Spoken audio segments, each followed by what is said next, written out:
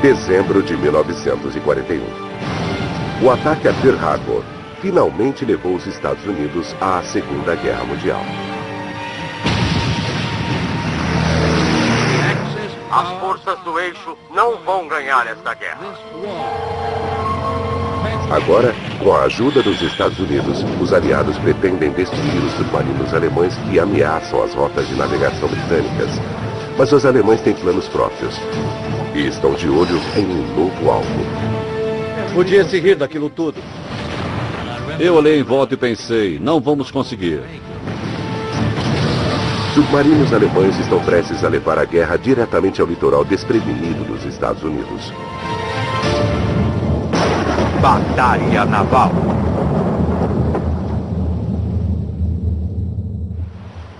À beira da derrota. Dezembro de 1941. Um Ju-123, um submarino alemão de longo alcance, parte em uma missão ultra secreta. Ele é comandado por Reinhard Hardingen, um dos mais ousados e bem-sucedidos especialistas em submarinos alemães do Terceiro Reich. Eu parti dia 23 de dezembro.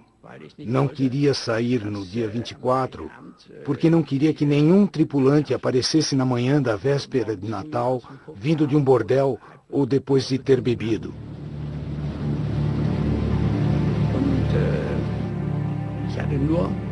Eu só tinha ordens de zarpar e tinha um envelope comigo, que deveria ser aberto somente após estarmos a 10 graus a oeste. Após 4 dias de viagem, Hardingen abre o envelope. Ele descobre que sua missão é parte de um novo e ousado plano alemão que poderá mudar o rumo de toda a guerra. Operação Drumbeat foi o nome dado ao plano alemão que consistia em levar todos os submarinos que eles conseguissem para o litoral americano e atacar os Estados Unidos com toda a força antes que eles estivessem preparados. A missão é tão secreta que não há documento-chave confirmando as ordens dadas a Hardingen.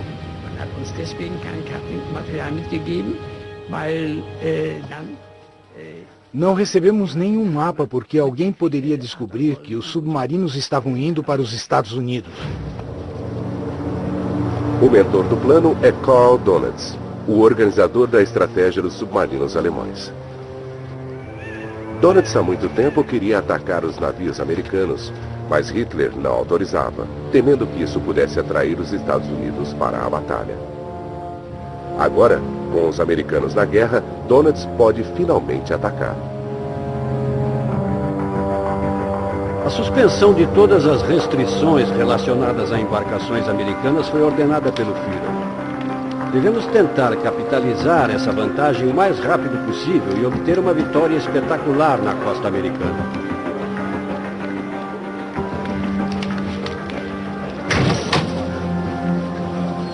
Donitz quer atacar os navios americanos enquanto o país ainda se recupera do ataque a Pearl Harbor. Com toda a atenção voltada à Guerra do Pacífico, Donitz acredita que ninguém irá procurar pelos U-Boats na costa leste. Para alcançar seu objetivo, Donitz precisa contar com o maior submarino em seu arsenal, o Tipo 9. Com 76 metros de comprimento e 6 metros e 70 de largura, ele é mais longo que um avião 747. A embarcação leva 48 tripulantes e 22 torpedos. Tem combustível e suprimentos suficientes para chegar aos Estados Unidos e navegar durante 2 semanas antes de ter que voltar. Donitz envia Hardingen e outros 4 submarinos para a costa leste da América do Norte, dando início à Operação Drumbeat. 2 deles seguirão para a costa leste do Canadá, enquanto Hardingen e 2 outros irão para os Estados Unidos com a missão de afundar navios mercantes. Quando abri o envelope, soube que deveria ir para Nova York. Supusemos que os americanos ficariam surpresos, porque jamais poderiam imaginar que submarinos alemães pudessem chegar até a costa do país. 11 de janeiro de 1942. Hardingen e a tripulação estão no mar há 19 dias. Então, 480 quilômetros a leste de Cape Cod, eles localizam o SS Cyclops. E a primeira coisa que ele viu foi a fumaça. A maioria dos navios era movida a carvão. Eles geravam fumaça quando estavam em movimento. Eu tinha ordens de seguir para Nova York, mas tinha permissão para atacar se encontrasse um navio maior que 10.000 toneladas. Hardigan precisa tomar uma decisão difícil. A Operação Drumbeat vai começar em 2 dias e os outros submarinos ainda não haviam chegado à costa americana. Se ele atacar agora, os Estados Unidos poderão descobrir que há submarinos alemães entrando em águas americanas. Mas um navio tão grande é um prêmio grande demais para resistir.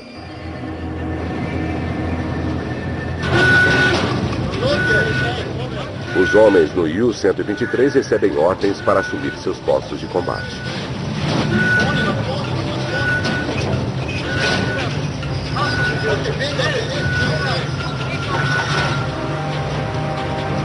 Os tripulantes do SS Cyclops nem imaginam que seu navio está sendo seguido. Entre eles está Ken Hamsden, atirador membro da artilharia antiaérea. Não achávamos que poderia haver submarinos alemães naquela região, naquele momento. Nenhum navio mercante havia sido atacado tão perto dos Estados Unidos antes. Por isso, nenhum tripulante esperava encontrar nenhum submarino ali. O navio segue com destino a Halifax, levando 100 marinheiros que haviam se oferecido para trabalhar nos navios mercantes dos aliados. À 1h49 da manhã, Hardigan dá ordens para disparar.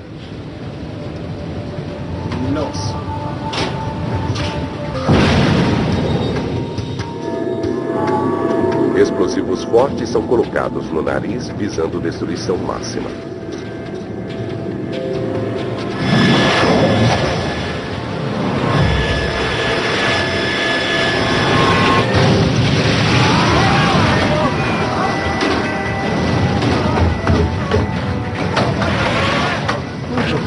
Ficamos surpresos ao vermos que era um submarino.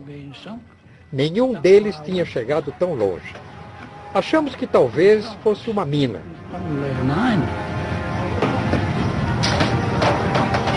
O operador de rádio do SS Cyclops percebe que se trata de um torpedo. Desesperadamente, ele tenta contatar as autoridades navais.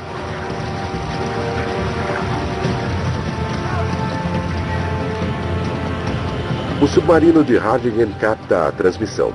É preciso silenciar o navio antes que alguém na costa receba o pedido de socorro e descubra que os alemães chegaram. A primeira coisa que fiz foi tentar atingir a ponte e a estação de rádio com a artilharia, para o navio não poder se comunicar. Ken Hamsden tenta descer por uma corda, mas descobre que o bote salva-vidas havia afundado. Um deles gritou: "Volta para o navio, Ken." Eu não conseguia subir pela corda. A única saída foi pular na água. E estava gelado.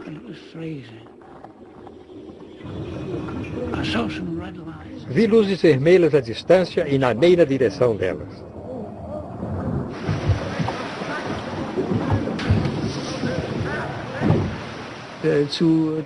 Vi a tripulação correr para os botes salva-vidas. Quando achei que o navio já estivesse vazio, abri fogo.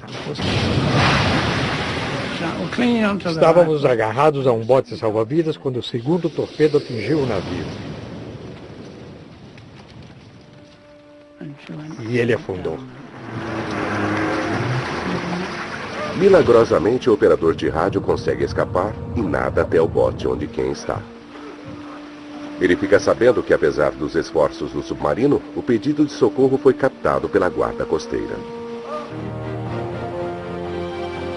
Ken Hamsden sobreviveu. Mas 100 outros homens perderam a vida. Eles foram as primeiras vítimas da Operação Drumbeat. O fracasso de Hardigan na tentativa de silenciar o Cyclops põe em risco toda a missão. A inteligência britânica deduz o significado do naufrágio e imediatamente informa a Marinha Americana do perigo iminente. Hardingen foge para o sul convencido de que os Estados Unidos enviarão encouraçados para encontrar e destruir seu submarino. Dias depois, ele entra de maneira ousada na cidade de Nova York. É um momento marcante para o jovem comandante de submarino. Ele é o primeiro marinheiro alemão na Segunda Guerra a ver o litoral dos Estados Unidos. Havia luzes por todo lado. Todos os navios estavam navegando com as luzes de posicionamento acesas. Era um paraíso para um submarino, porque a defesa era praticamente inexistente e totalmente inexperiente. Durante anos, os americanos observaram a Batalha do Atlântico de longe, acompanhando as notícias nos jornais e pelo rádio. Agora, os submarinos alemães traziam a guerra para o litoral do país. 15 de janeiro de 1942. 5 submarinos alemães chegam à costa norte-americana. O U-123, comandado por Reinhard Hardingen, se posiciona no litoral sul de Long Island, em Nova York. À 1h40 da madrugada, um vigia localiza o Coimbra, um grande navio petroleiro britânico. Petroleiros eram valorizados porque o petróleo, assim como hoje, era uma mercadoria disputada. Sem combustível, não havia como lutar.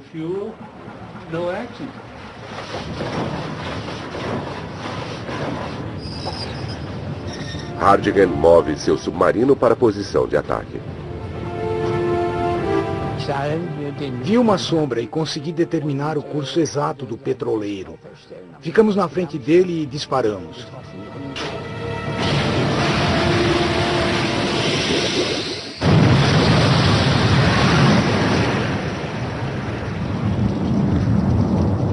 Houve uma enorme bola de fogo que subiu a mais de 200 metros de altura. E depois de uma grande explosão, o navio e a água se incendiaram.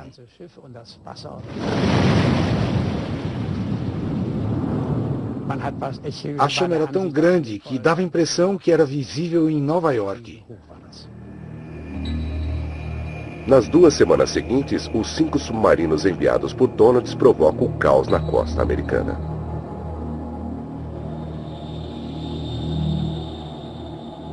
23 navios são afundados. 8 deles por Hardingen, tornando esta uma das missões mais bem-sucedidas da guerra.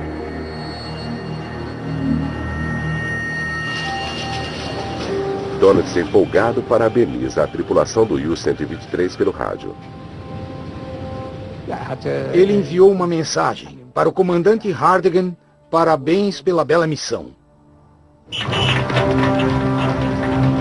Donalds envia mais submarinos para a área de conflito. A tarefa de deter os submarinos alemães cabe ao almirante Ernest King, chefe supremo ou comandante-chefe das forças navais dos Estados Unidos. King era um oficial de carreira da Marinha Americana. Ele tinha tido uma formação básica e subiu na corporação sendo um oficial exigente, severo e eficiente. Um homem nervoso, difícil de lidar. A filha dele disse certa vez, quando o acusaram de ter temperamento inconstante: "Isso é bobagem. Meu pai tem um temperamento constante. Está sempre zangado."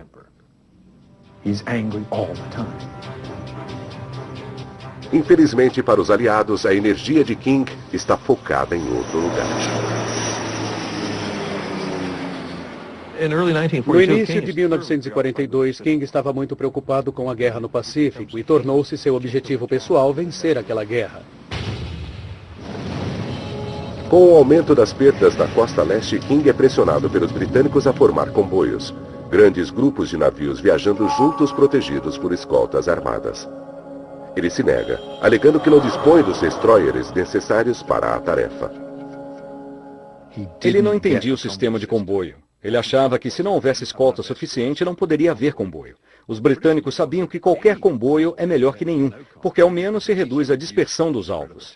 Em uma situação normal, um navio mercante passaria a cada 10 minutos. Num comboio, seria um só num bloco. Navegando sozinhos e desprotegidos, os navios são alvos fáceis para os submarinos. Americanos curiosos vão para as praias do país observar os ataques dos submarinos alemães. Lembro que quando eu era criança, no Brooklyn, Nova York, meu pai me levou para a praia, até a extremidade do porto, e apontou para o que dizia serem navios americanos em chamas, distantes no horizonte.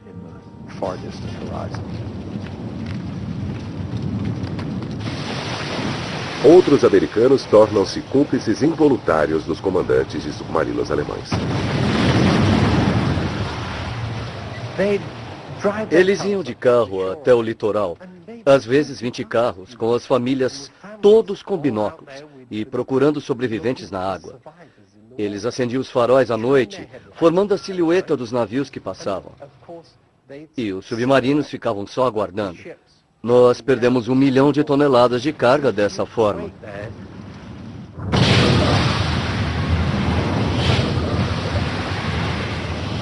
Hardigan fica surpreso com a falta de reação. Na Grã-Bretanha, as águas eram muito bem protegidas porque os ingleses sabiam exatamente o que tinham que fazer, e isso dificultava as coisas. Já os americanos eram completamente inofensivos. Conforme o inverno de 1942 vai progredindo, a Grã-Bretanha vai ficando cada vez mais desesperada por suprimentos vitais. O primeiro-ministro Winston Churchill e seus comandantes não se conformam com a recusa do almirante King em adotar o sistema de comboios. Ele não aceitava nenhum conselho dos ingleses. Ele odiava os ingleses. Não estava interessado na opinião dos ingleses. Não queria aprender com a experiência inglesa. Dwight Eisenhower uma vez disse que a guerra teria acabado antes se tivessem matado Ernie King. Os ingleses achavam que Ernie King não gostava deles, o que pode ter sido verdade, mas na verdade King não gostava de ninguém que não fosse da Marinha Americana. Para os aliados, o impensável parece ter acontecido. A entrada dos Estados Unidos na Batalha do Atlântico foi um desastre completo. Desesperado para acabar com a carnificina, Churchill convence King a mudar de tática. Diante de inúmeros protestos, King finalmente cede e começa a implementar os primeiros comboios experimentais. Os submarinos de Donitz conseguiram afundar 2 milhões de toneladas de cargas em apenas 4 meses. Mas com a tardia adoção dos comboios experimentais, a situação começa a melhorar rapidamente.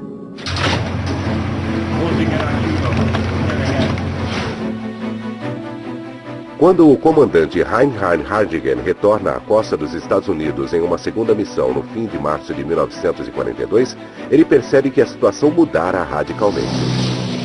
O céu está repleto de aeronaves procurando submarinos. Está cada vez mais difícil caçar sem ser caçado.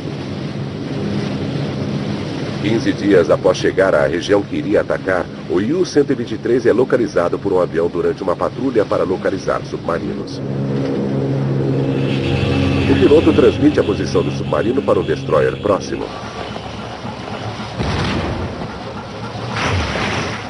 Hardigan submerge e é atingido por uma carga de profundidade. Eu tinha um livro policial comigo e fingi que estava lendo. Achei que pensariam, se o velho está lendo, a coisa não pode ser tão ruim. Então, meu oficial de vigia, Hans von Schroeder, bateu no meu ombro e disse, capitão, seu livro está de cabeça para baixo.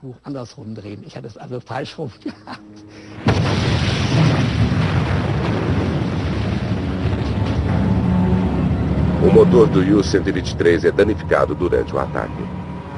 Ele fica inoperante no fundo do mar a 20 metros de profundidade.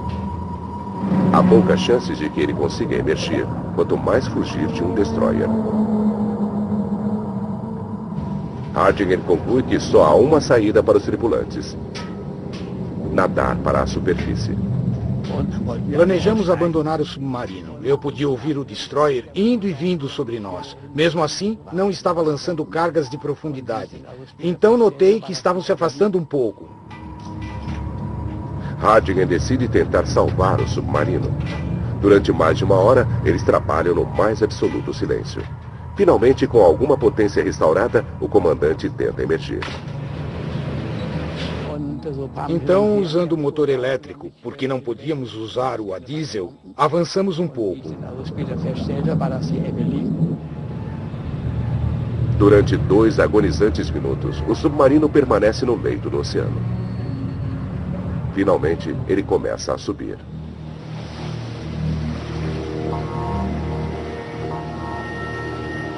Tivemos sorte.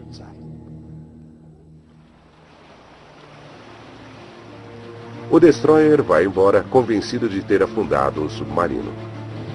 Hadjigen volta para casa e se estabelece na França. Ele é saudado como herói nacional. Centenas de pessoas aparecem para dar as boas-vindas ao homem que levou a guerra à América. Responsável por afundar 24 navios, Hadjigen entra para a lista dos melhores especialistas em submarinos da Alemanha.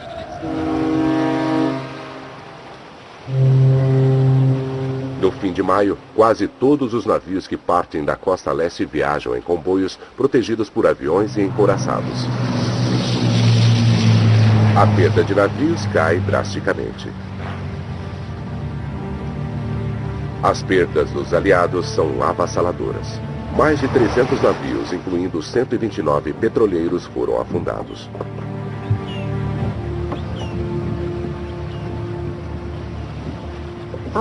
Pearl Harbor foi terrível, mas a carnificina que ocorreu ao longo da costa leste americana é a maior e mais catastrófica derrota naval que consigo imaginar.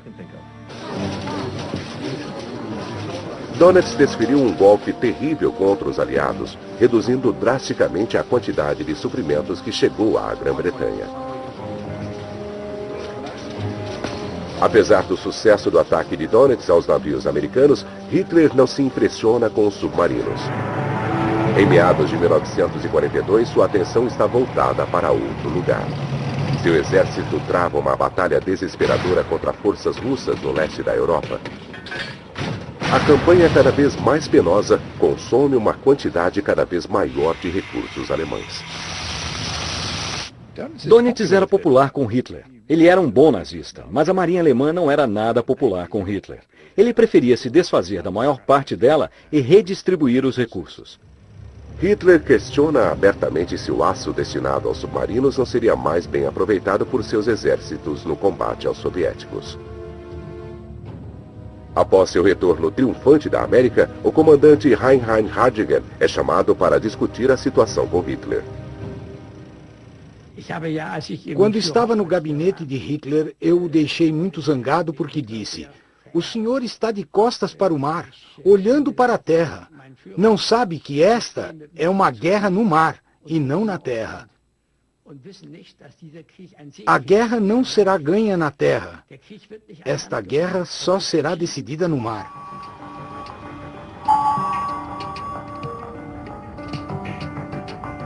Com a adoção de comboios por parte dos Estados Unidos, os submarinos alemães perdem a vantagem. Donitz precisa encontrar uma forma de retomar o controle. Em maio de 1942, Donitz ordena que seus submarinos sigam para o rio St. Lawrence, no Canadá. Os ataques nos Estados Unidos se concentraram na costa, mas agora os alemães penetram centenas de quilômetros em território inimigo.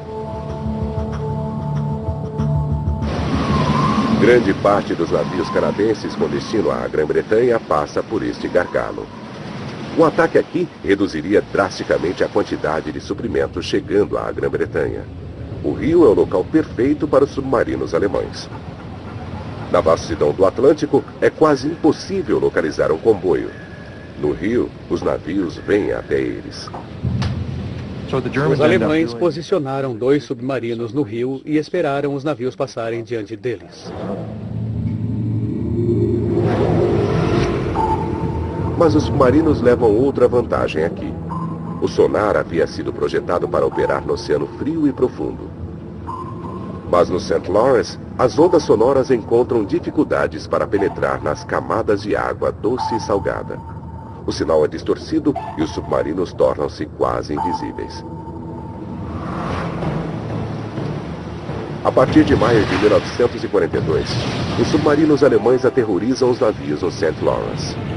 Cargueiro afundado por submarino no St. Lawrence. final do verão, Donalds desfere o golpe que ele espera ser decisivo. 6 de setembro de 1942. O QS-33, um pequeno comboio de 13 navios, segue de Quebec para Sydney, na Nova Escócia. 2 submarinos alemães submersos o seguem.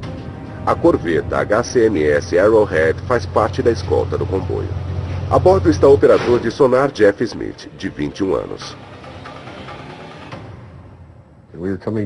Estávamos descendo o litoral de Gaspé a menos de 2 quilômetros da margem e havia um navio mercante a este bordo.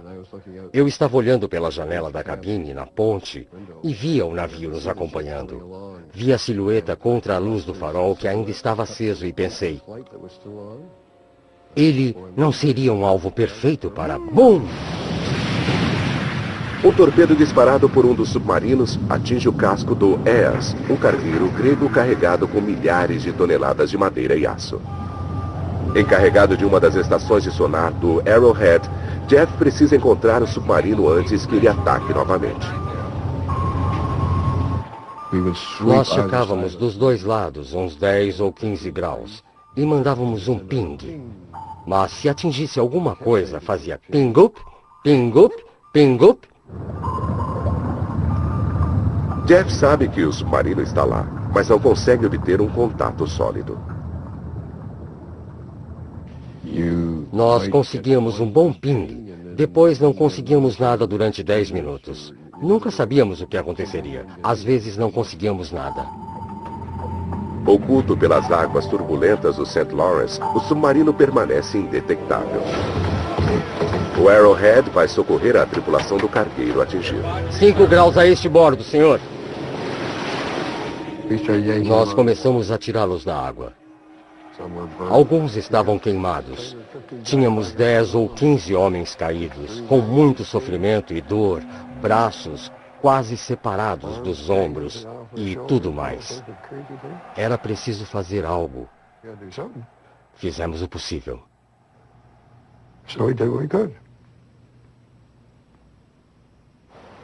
Um segundo U-Boat se aproxima para atacar o comboio.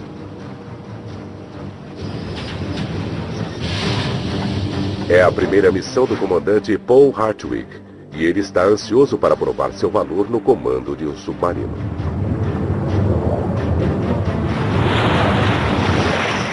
Os tripulantes da corveta Arrowhead nem imaginam que Hartwig havia penetrado no comboio. Eu estava de folga e fui até a popa, onde um amigo meu estava de vigia. Eu estava lá, fumando um cigarro, olhei para a água e disse, olha os golfinhos. E meu amigo disse, meu Deus, não são golfinhos, são torpedos. Hartwig dispara simultaneamente 3 torpedos contra 3 navios diferentes.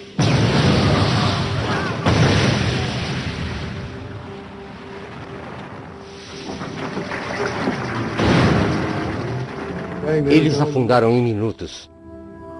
010. O Arrowhead consegue obter um sinal fraco de sonar do submarino. 308.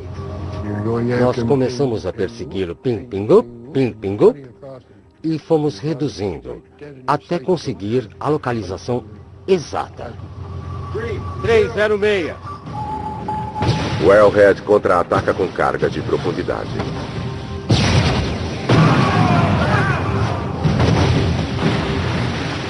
O barulho era incrível, inacreditável. Dinamite explodindo por todos os lados.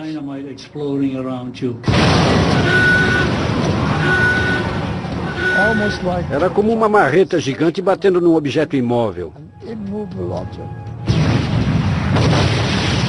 E não sabíamos se continuaríamos vivos 2 minutos depois.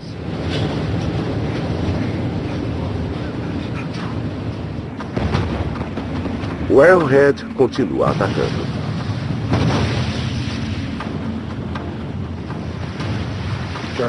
Começamos com 1.500 jardas. Fomos reduzindo até 500 jardas e o sinal foi encurtando e de repente sumiu. Os submarinos pareciam ter desaparecido. Hartwig usou um Pilenwerfer, uma invenção alemã criada para bloquear as ondas dos sonares dos aliados. O Pilenwerfer Era um comprimido efervescente gigante.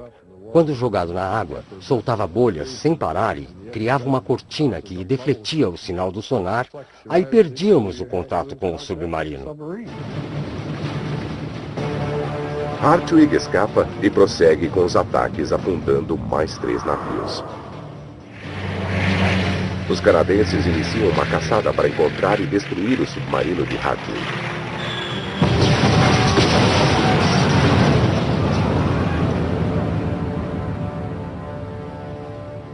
Semanas depois, Hartwig deixa as águas canadenses sem ser detectado e retorna à base na França. Seu sucesso é uma prova da incapacidade da Marinha canadense de proteger o próprio país. O governo do Canadá fecha o rio St. Lawrence para navegação internacional.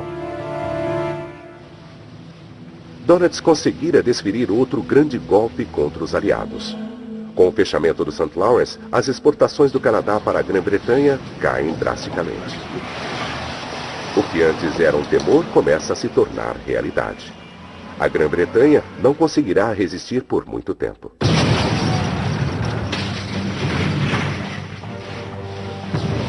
Os aliados parecem estar perdendo a Batalha do Atlântico. Ao longo de 1942, as derrotas para os submarinos alemães cresceram de forma alarmante.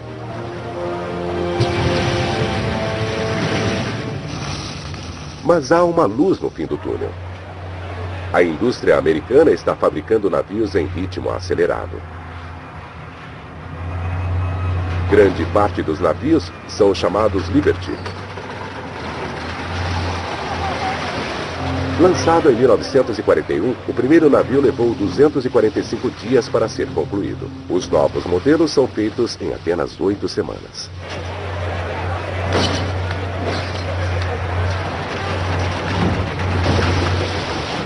Cada um desses armazéns flutuantes pode levar centenas de tanques ou comida suficiente para alimentar 500 mil pessoas durante uma semana. O plano aliado é simples: inundar o Atlântico com uma quantidade de navios Liberty que os alemães não possam afundar. Mas os alemães também estão trabalhando. Apesar das dúvidas de Hitler, a frota de U-boats cresce rapidamente. Os alemães continuaram produzindo U-boats e o número cresceu. Mais um pouco seria possível caminhar de Nova York a Bordeaux em cima dos cascos dos submarinos. No fim do ano, o número de submarinos chegou a quase 400. 100 a mais do que Donitz afirma precisar para vencer a guerra. Com as novas embarcações, surgem rumores de novas táticas assustadoras. Em uma reunião secreta, no segundo semestre de 1942, Hitler afirma que os subcomandantes de submarinos devem executar todos os sobreviventes de um ataque. É uma triste lembrança do que está acontecendo em terra. Na Inglaterra, Alemanha e União Soviética, milhares de inocentes estão perdendo a vida em ataques aéreos, invasões e cercos. A linha entre civis e militares está sendo apagada.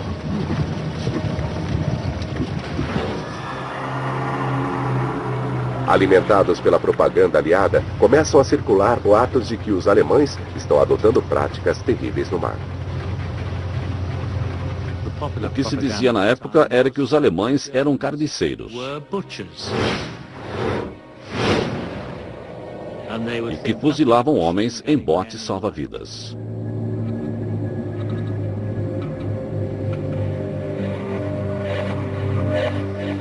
Em 1942, Brian Clark trabalha como operador de rádio em um cargueiro, o Citonia. Em julho, ele vê pessoalmente como os comandantes alemães estão travando a guerra no Atlântico. Estávamos num grupo de 5 navios, e nosso navio era o mais lento entre todos. Após alguns dias de viagem, eles recebem um pedido de socorro de um navio que navegava próximo deles no comboio. Um torpedo o atingira. Os tripulantes no navio de Brian temem serem os próximos. A partir daquele momento, toda a tripulação ficou atenta a rastros de periscópio, submarinos e tudo mais. Éramos 42 tripulantes e todos ficamos vigiando.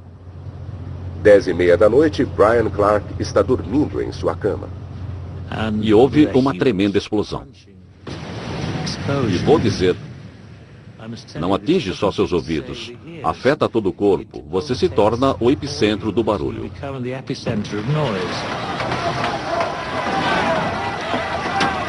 O Cydonia foi atingido e está afundando rapidamente.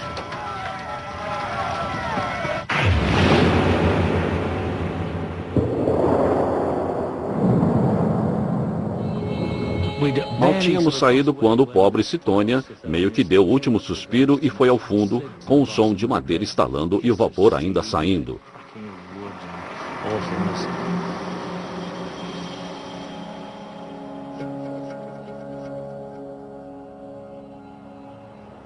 E de repente, estávamos num pequeno bote no meio do Oceano Atlântico, que é gigantesco.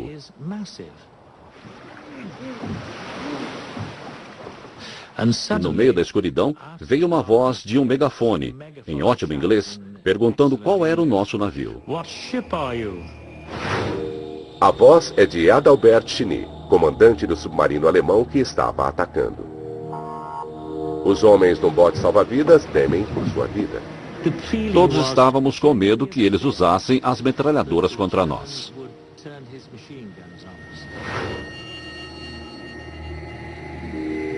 Ele disse, vocês conseguiram mandar um sinal de socorro?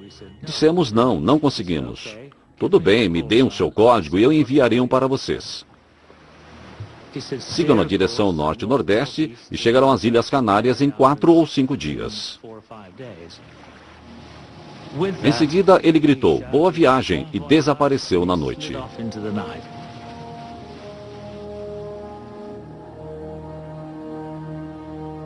A afirmação de que os alemães matavam os sobreviventes não se confirmou neste caso.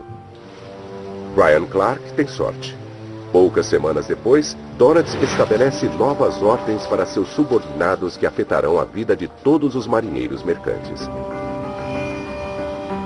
Não tentem de forma alguma resgatar membros de navios afundados.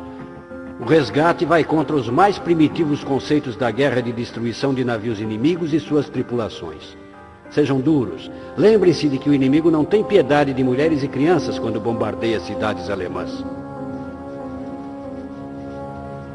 A guerra no Atlântico entra em uma fase mortal e os dois lados estão determinados a vencer a qualquer custo. Durante a maior parte do ano, Donitz usa a tática de guerrilha às margens do Atlântico. Um único submarino emboscando navios mercantes solitários. Mas com a aproximação do inverno, ele decide atacar os comboios que levam os suprimentos tão necessários à Grã-Bretanha.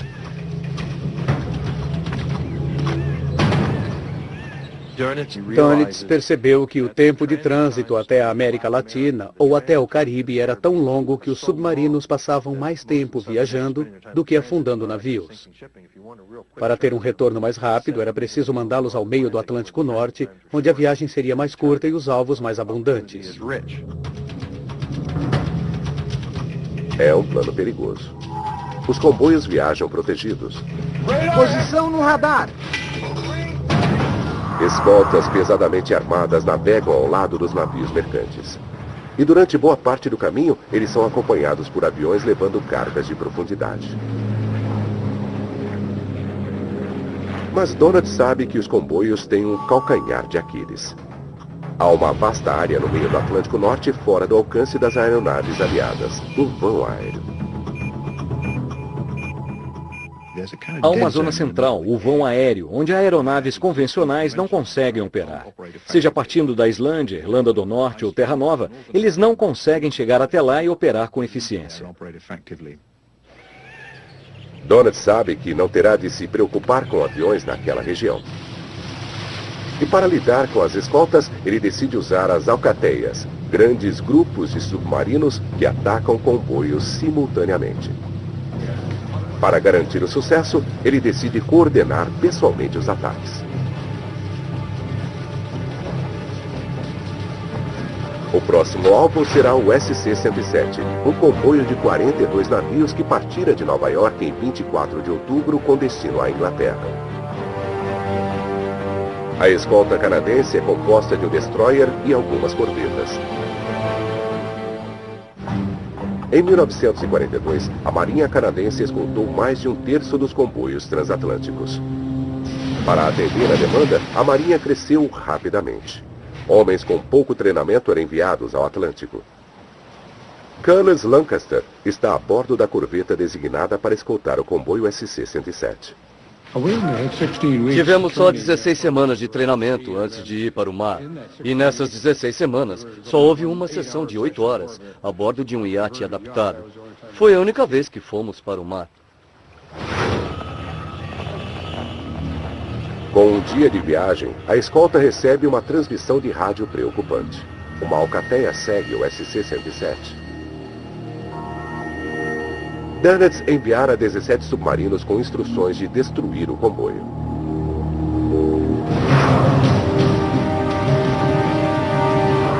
Na noite de 1º de novembro, a alcateia se posiciona para atacar. O líder da ação é o barão Siegfried von Forstner, mestre em táticas e experiente subcomandante. O plano é simples, mas extremamente letal. Atacar o comboio de todas as direções ao mesmo tempo. Ataques coordenados de várias direções fizeram as escoltas reagirem, em vez de permitir que elas tomassem a iniciativa. Esse é o segredo para vencer as defesas. Toda velocidade à frente. Potência total à frente. Tentamos manter os submarinos submersos, porque eles só viajam a 3 nós debaixo d'água. Virando 24 graus, senhor.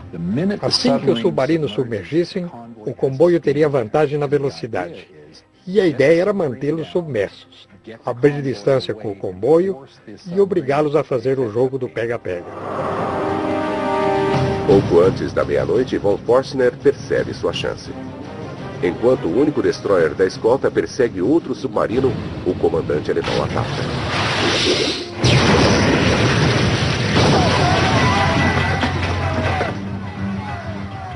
Os canadenses reagem. Von Forstner é obrigado a submergir e é atacado com cargas de profundidade.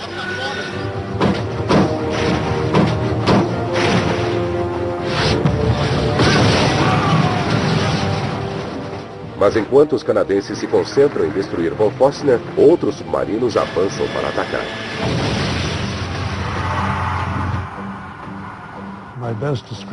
Minha melhor descrição para o que acontece quando um comboio de navios é atacado por uma alcateia é o caos total. Retornar contato!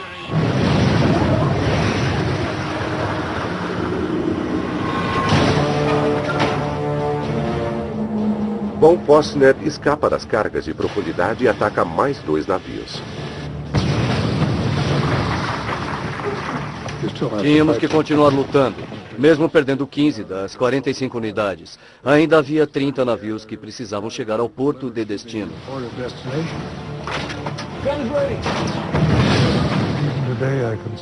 Ainda hoje, eu ouço o som dos navios explodindo.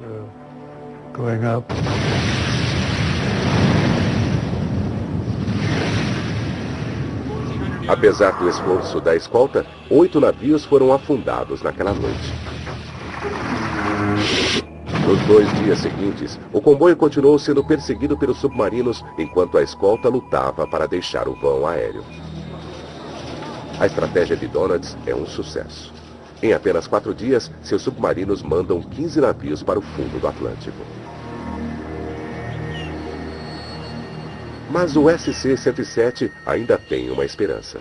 O comboio finalmente saiu do vão aéreo. A notícia das perdas chega à sala de operações em Liverpool, o centro das atenções das forças navais aliadas. Bombardeiros são enviados da Islândia numa tentativa de salvar o que restou do comboio.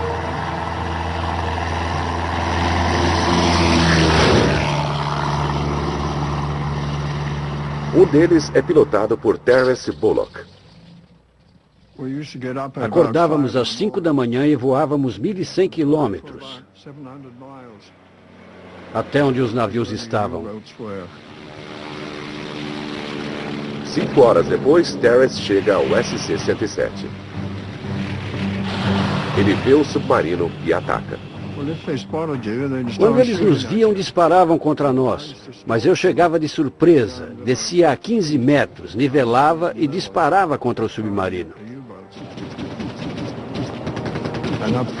Na frente eu tinha canhões de 20 milímetros.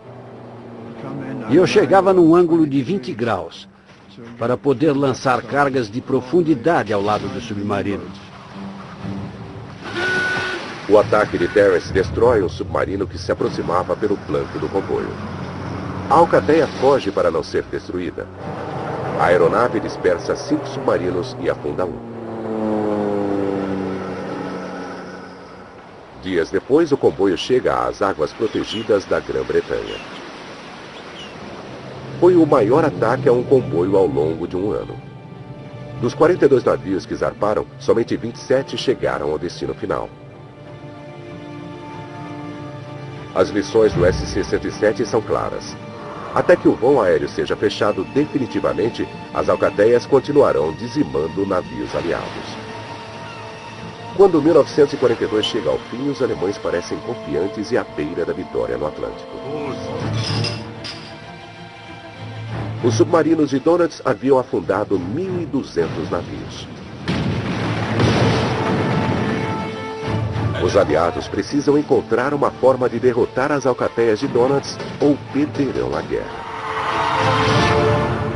Versão Marshmallow São Paulo.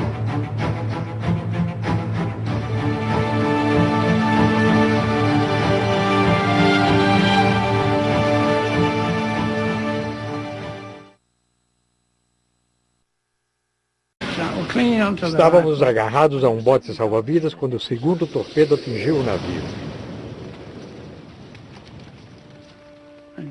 E ele afundou. Milagrosamente, o operador de rádio consegue escapar e nada até o bote onde Ken está. Ele fica sabendo que, apesar dos esforços do submarino, o pedido de socorro foi captado pela guarda costeira. Ken Hamsden sobreviveu. Mas 100 outros homens perderam a vida. Eles foram as primeiras vítimas da Operação Drumbeat. O fracasso de Hardingen na tentativa de silenciar o Cyclops põe em risco toda a missão. A inteligência britânica deduz o significado do naufrágio e imediatamente informa a Marinha Americana do perigo iminente. Hardingen foge para o sul convencido de que os Estados Unidos enviarão encouraçados para encontrar e destruir seu submarino. Dias depois, ele entra de maneira ousada na cidade de Nova York.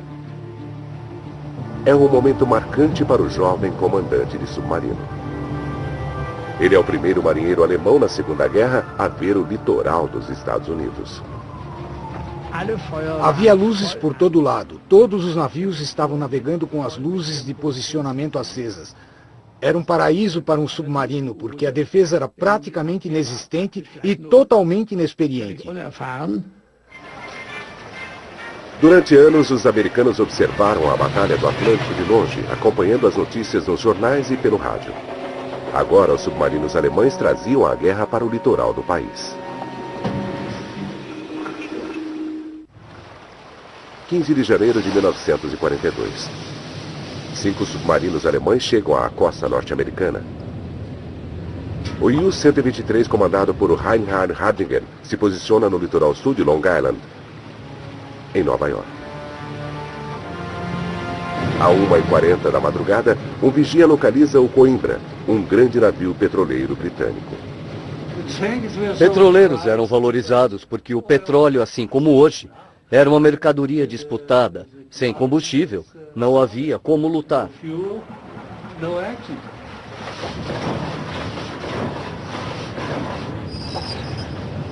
Hardingen move seu submarino para a posição de ataque. Vi uma sombra e consegui determinar o curso exato do petroleiro. Ficamos na frente dele e disparamos.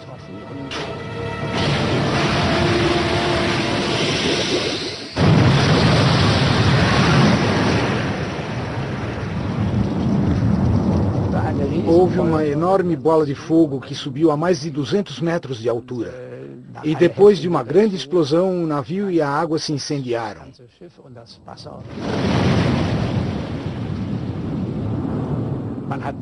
A chama era tão grande que dava a impressão que era visível em Nova York. Nas 2 semanas seguintes, os 5 submarinos enviados por Donalds provocam o caos na costa americana. –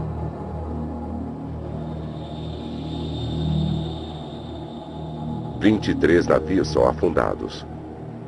8 deles por Hardigan, tornando esta uma das missões mais bem-sucedidas da guerra.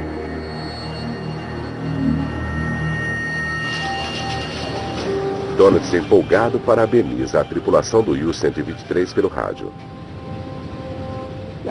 Ele enviou uma mensagem para o comandante Hardigan: parabéns pela bela missão. Donalds envia mais submarinos para a área de conflito. A tarefa de deter os submarinos alemães cabe ao almirante Ernest King, chefe supremo ou comandante-chefe das forças navais dos Estados Unidos. King era um oficial de carreira da Marinha Americana. Ele tinha tido uma formação básica e subiu na corporação sendo um oficial exigente, severo e eficiente. Um homem nervoso, difícil de lidar. A filha dele disse certa vez, quando o acusaram de ter temperamento inconstante: "Isso é bobagem. Meu pai tem um temperamento constante. Está sempre zangado."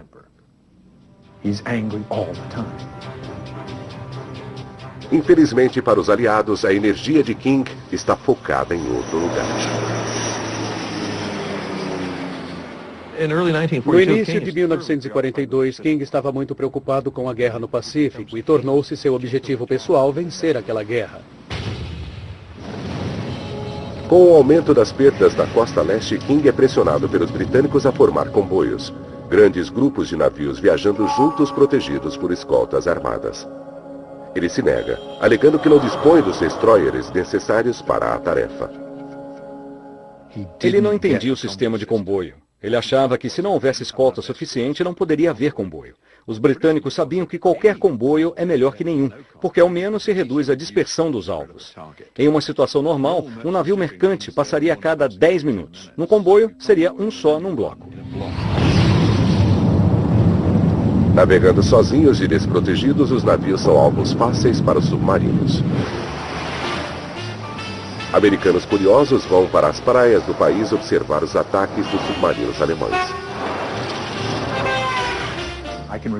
Lembro que quando eu era criança, no Brooklyn, Nova York, meu pai me levou para a praia, até a extremidade do porto, e apontou para o que ele dizia serem navios americanos em chamas, distantes no horizonte.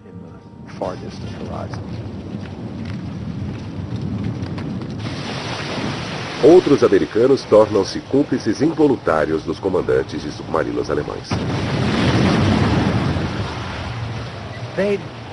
Eles iam de carro até o litoral, às vezes 20 carros, com as famílias todos com binóculos e procurando sobreviventes na água. Eles acendiam os faróis à noite, formando a silhueta dos navios que passavam. E os submarinos ficavam só aguardando. Nós perdemos 1 milhão de toneladas de carga dessa forma.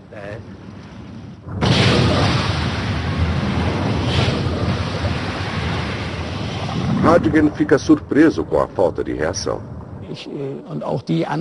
Na Grã-Bretanha, as águas eram muito bem protegidas porque os ingleses sabiam exatamente o que tinham que fazer, e isso dificultava as coisas. Já os americanos eram completamente inofensivos. Conforme o inverno de 1942 vai progredindo, a Grã-Bretanha vai ficando cada vez mais desesperada por suprimentos vitais. O primeiro-ministro Winston Churchill e seus comandantes não se conformam com a recusa do almirante King em adotar o sistema de comboios. Ele não aceitava nenhum conselho dos ingleses. Ele odiava os ingleses. Não estava interessado na opinião dos ingleses. Não queria aprender com a experiência inglesa. Dwight Eisenhower uma vez disse que a guerra teria acabado antes se tivessem matado Ernie King. Os ingleses achavam que Ernie King não gostava deles, o que pode ter sido verdade, mas na verdade King não gostava de ninguém que não fosse da Marinha Americana.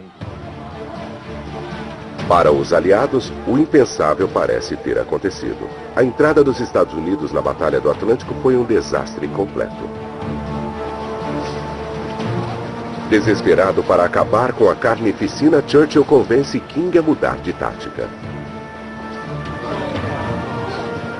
Diante de inúmeros protestos, King finalmente cede e começa a implementar os primeiros comboios experimentais. Os submarinos de Donitz conseguiram afundar 2 milhões de toneladas de cargas em apenas 4 meses. Mas com a tardia adoção dos comboios experimentais, a situação começa a melhorar rapidamente. Os ficariam surpresos, porque jamais poderiam imaginar que submarinos alemães pudessem chegar até a costa do país. 11 de janeiro de 1942. Hardingen e a tripulação estão no mar há 19 dias. Então, 480 quilômetros a leste de Cape Cod, eles localizam o SS Cyclops. E a primeira coisa que ele viu foi a fumaça. A maioria dos navios era movida a carvão. Eles geravam fumaça quando estavam em movimento. Eu tinha ordens de seguir para Nova York, mas tinha permissão para atacar se encontrasse um navio maior que 10 mil toneladas. Hardingen precisa tomar uma decisão difícil. A Operação Drumbeat vai começar em 2 dias e os outros submarinos ainda não haviam chegado à costa americana. Se ele atacar agora, os Estados Unidos poderão descobrir que há submarinos alemães entrando em águas americanas. Mas um navio tão grande é um prêmio grande demais para resistir.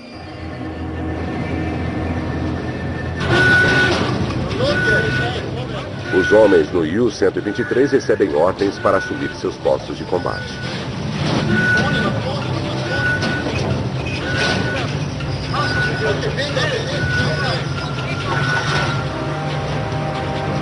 Os tripulantes do SS Cyclops nem imaginam que seu navio está sendo seguido. Entre eles está Ken Hamsden, atirador membro da artilharia antiaérea. Não achávamos que poderia haver submarinos alemães naquela região, naquele momento. Nenhum navio mercante havia sido atacado tão perto dos Estados Unidos antes. Por isso, nenhum tripulante esperava encontrar nenhum submarino ali. O navio segue com destino a Halifax, levando 100 marinheiros que haviam se oferecido para trabalhar nos navios mercantes dos aliados. À 1h49 da manhã, Hardingen dá ordens para disparar. Nossa.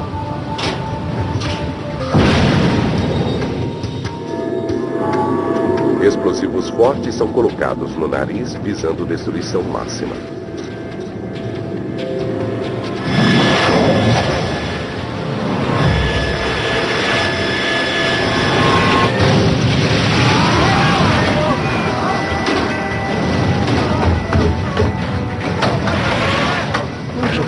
Ficamos surpresos ao vermos que era um submarino. Nenhum deles tinha chegado tão longe. Achamos que talvez fosse uma mina.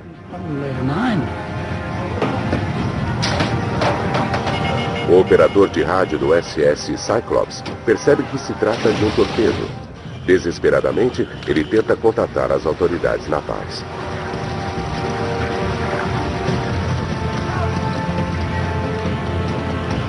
O submarino de Hardingen capta a transmissão. É preciso silenciar o navio antes que alguém na costa receba o pedido de socorro e descubra que os alemães chegaram. A primeira coisa que fiz foi tentar atingir a ponte e a estação de rádio com a artilharia, para o navio não poder se comunicar. Ken Hamsden tenta descer por uma corda, mas descobre que o bote salva-vidas havia afundado. Um deles gritou: "Volta para o navio, Ken."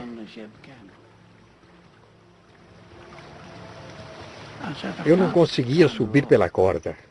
A única saída foi pular na água. E estava gelado.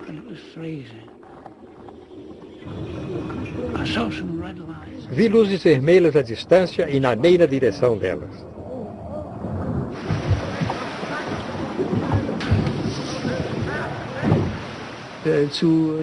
Vi a tripulação correr para os botes salva-vidas. Quando achei que o navio já estivesse vazio, abri fogo.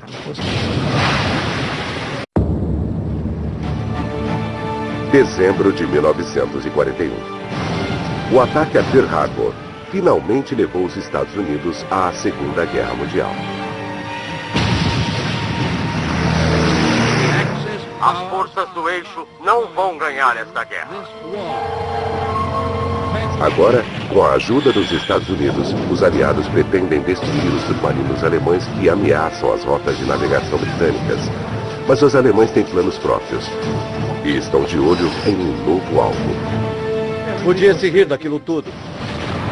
Eu olhei em volta e pensei, não vamos conseguir. Submarinos alemães estão prestes a levar a guerra diretamente ao litoral desprevenido dos Estados Unidos. Batalha Naval.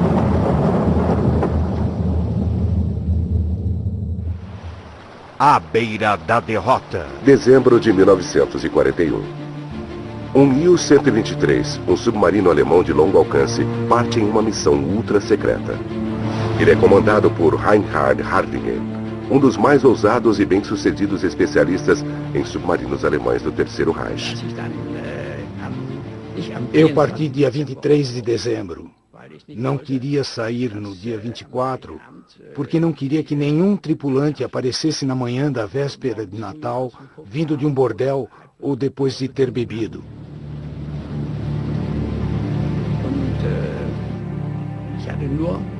Eu só tinha ordens de zarpar. E tinha um envelope comigo, que deveria ser aberto somente após estarmos a 10 graus a oeste. Após 4 dias de viagem, Hardingen abre o envelope. Ele descobre que sua missão é parte de um novo e ousado plano alemão que poderá mudar o rumo de toda a guerra.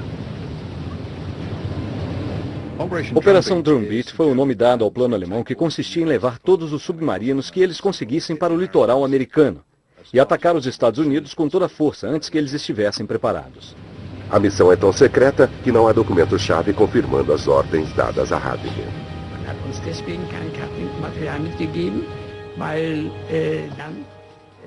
Não recebemos nenhum mapa porque alguém poderia descobrir que os submarinos estavam indo para os Estados Unidos. O mentor do plano é Karl Donitz, o organizador da estratégia dos submarinos alemães. Donitz há muito tempo queria atacar os navios americanos, mas Hitler não autorizava, temendo que isso pudesse atrair os Estados Unidos para a batalha. Agora, com os americanos na guerra, Donitz pode finalmente atacar. A suspensão de todas as restrições relacionadas a embarcações americanas foi ordenada pelo Führer. Devemos tentar capitalizar essa vantagem o mais rápido possível e obter uma vitória espetacular na costa americana.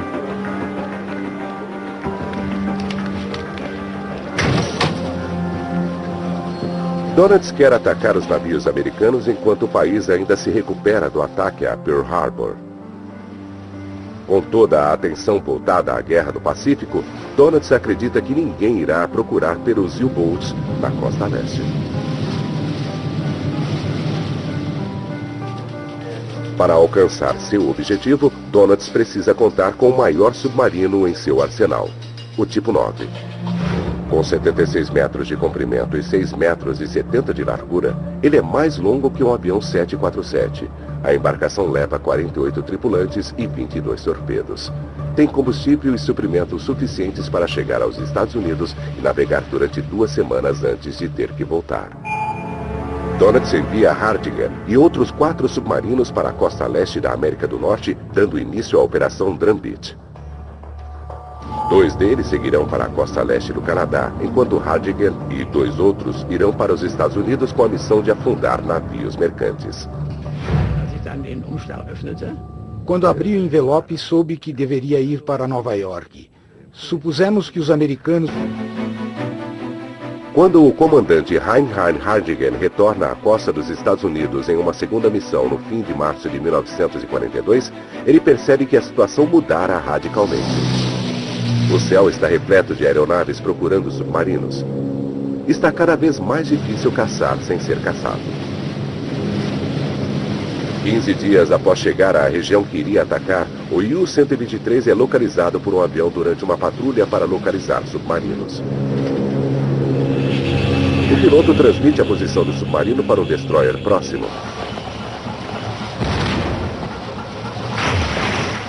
Hardigan submerge e é atingido por uma carga de profundidade.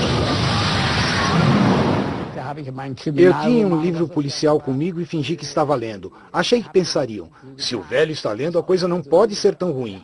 Então, meu oficial de vigia, Hans von Schroeder, bateu no meu ombro e disse, capitão, seu livro está de cabeça para baixo.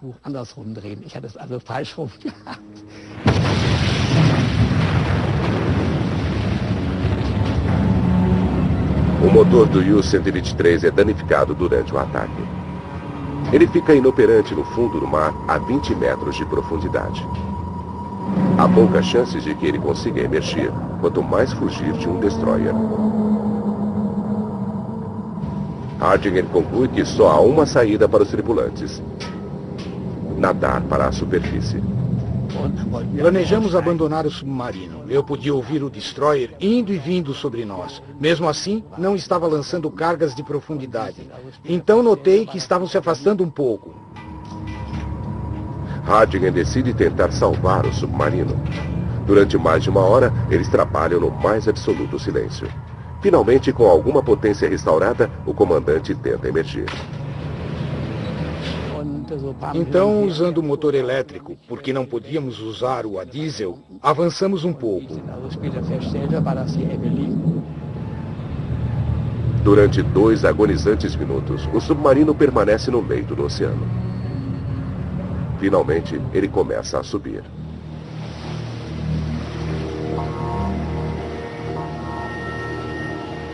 Tivemos sorte.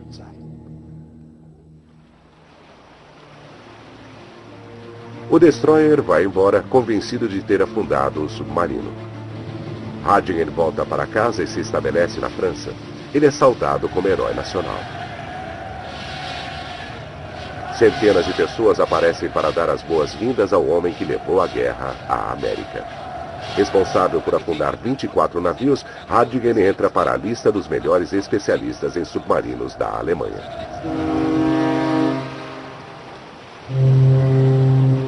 No fim de maio, quase todos os navios que partem da costa leste viajam em comboios protegidos por aviões e encouraçados. A perda de navios cai drasticamente. As perdas dos aliados são avassaladoras. Mais de 300 navios, incluindo 129 petroleiros, foram afundados.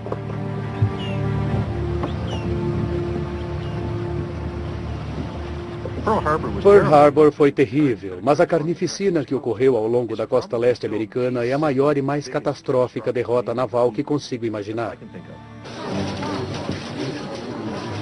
Dönitz desferiu um golpe terrível contra os aliados, reduzindo drasticamente a quantidade de suprimentos que chegou à Grã-Bretanha. Apesar do sucesso do ataque de Dönitz aos navios americanos, Hitler não se impressiona com os submarinos. Em meados de 1942, sua atenção está voltada para outro lugar. Seu exército trava uma batalha desesperadora contra forças russas no leste da Europa. A campanha cada vez mais penosa consome uma quantidade cada vez maior de recursos alemães. Dönitz era popular com Hitler. Ele era um bom nazista, mas a marinha alemã não era nada popular com Hitler. Ele preferia se